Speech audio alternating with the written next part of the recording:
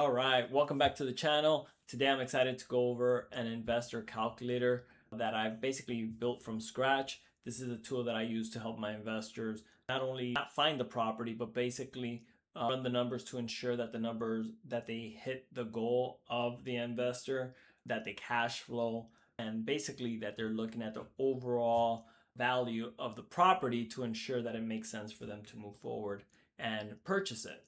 So today I'm very excited to go over that with you. I won't be rolling this out just yet, but this is currently what I'm using right now. I might tweak it a little bit here and there before I do put it out there. I'm thinking about either putting it on my website or having a standalone application, which we'll see how that works. But regardless, between now and then, you're welcome to give me a call, reach out to me. If you're looking for a property, I'll be more than happy to help you find it. I want you to think of me of your one-stop shop, help you find the property, ensure that it meets your goals, hits the numbers, and get financing if you need to. But before I do, my name is Jamie with PSL Mortgage Brokers.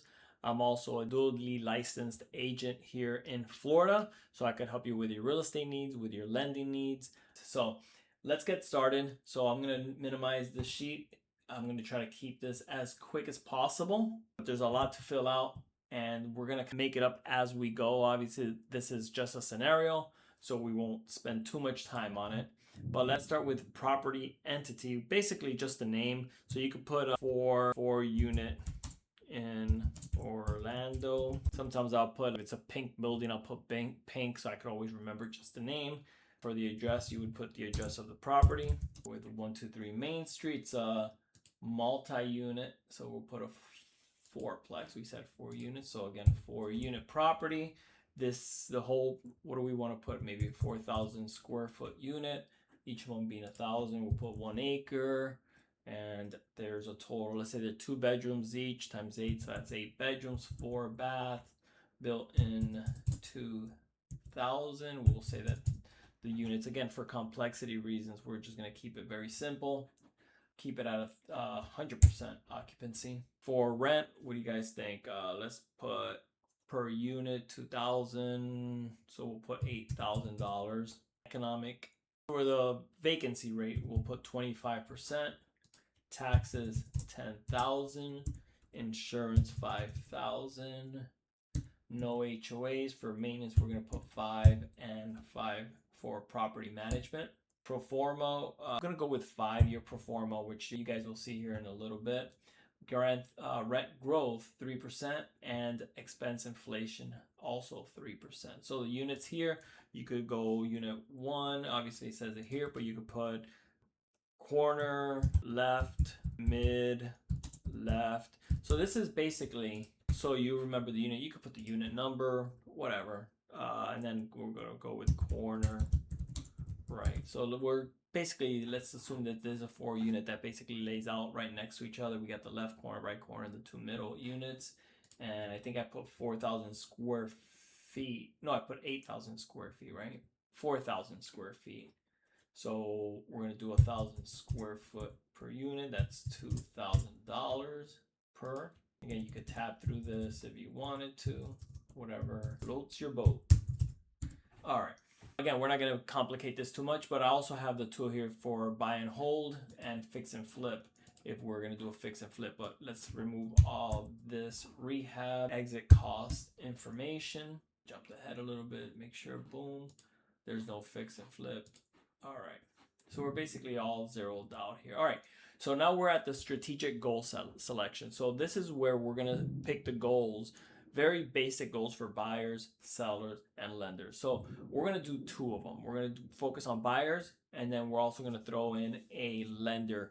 We're going to assume you're going to need a loan. Let's start there. For DSCR, you're going to have to hit a 1:1 ratio. So basically, if you were to have an expense of $5,000, let's say, you would need to make $5,000 on the property. So it basically has to cover the total expense of the property. Now, there are lenders that require more than that. Sometimes they might require 1.25, so basically 25% over, and some of them go under. So I've seen them go under at 5% under, maybe 10% on exception basis. But it's somewhere around the 1-to-1 ratio, which makes sense. You want to make at least what you spend on the property. So we're going to look at target cap rate. So let's assume a buyer comes to me or you come to me and you're like, hey, I want to find the property. I want to make sure the cap rate is 7.5, which if you're not sure what that is, I'll make a separate video for that down the road. Or simply just give me a call. I'll be more than happy to go over it with you. And then we're going to go to cash flow. How much do you want to cash flow? Let's say this person wants to cash flow at least $500 a month. And they have about $150,000 to work with. And we'll just keep it simple. Just those 3 goals.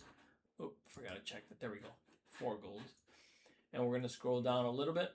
And you can see where it has a selection for cash buy if you were going to do that, or refinance if you're going to have to refinance it.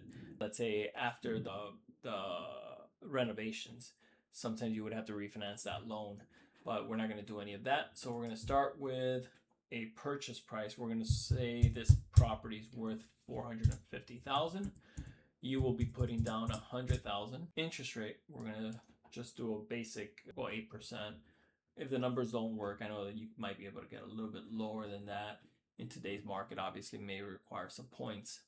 So we're going to do a 5-year balloon, interest only, and then we have an apply levers here, which will update basically all the information here. Carry it over, which it did this last time I was working on this. I'm not sure why it's not carrying over, but I will have to test that out. So basically it's 450,000. We're going to put down, how much did we say? 100,000. And again, you could type in the down payment percentage. You could put the amount and they'll basically work itself out there. And then for interest rate, we said 8%, 30 years, 5 years interest rate, interest only balloon, and no refinance. And then as far as closing costs, we're going to do I don't know, maybe 3% closing cost.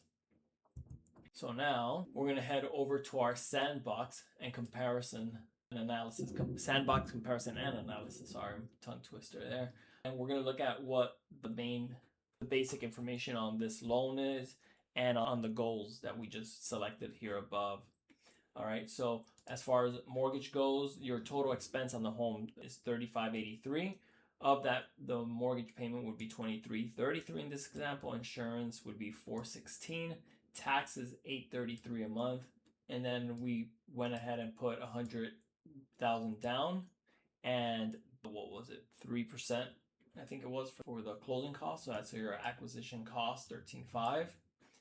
Scroll down a little bit further, and again a recap of your breakdown of the funds required, which would be the $100,000 and $13,500 for the closing costs, which will be $113,500 if you had to prepay interest in those rehab situations. If you had holding costs on a rehab original loan, things like that, original rehab budget, it would all go in here, but we're going to keep it simple. So let's see how our goals did. So the target cap rate, we wanted it to be 7.5. We're at 11.1 cap rate in this scenario. Max cash out requirement, we did stay below the 150 that we had stated up here that we wanted to stay under. So we stayed at the 113, which is great. And then we are cash flowing about $1,816 a month. So, all right. And then lastly, the last goal here is the DSCR, which I said it was 1 point where we wanted to be at 1. What was it? Oh, I put 100. It's 1-to-1. And that is right here. We did hit it. We wanted it at 1 point. We're at 1.78. All good. So we did hit all our goals in this scenario.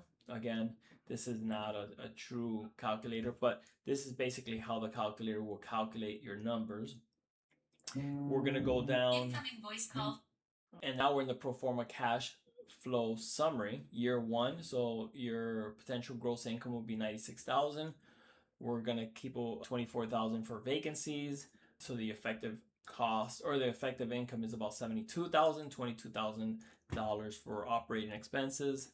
It gives us a net of about $49,000.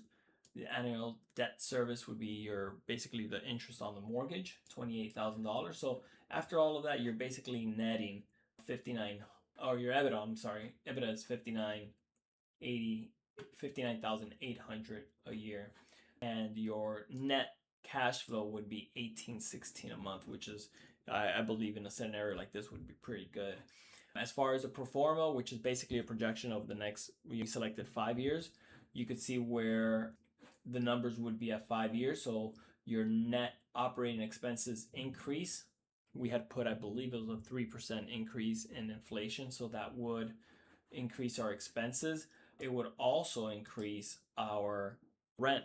The 3% that we selected, it would increase your annual income, your NOI, your EBITDA would go up.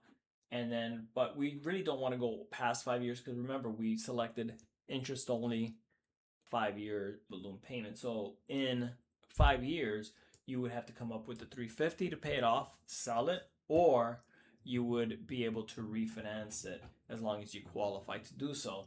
And then those terms would be obviously different, which would change all this. So you really don't want, especially if you have a balloon payment, let it be 1 year, 2 year, 5-year balloon payment, you really don't want to have a pro forma any longer than that, because the terms will change.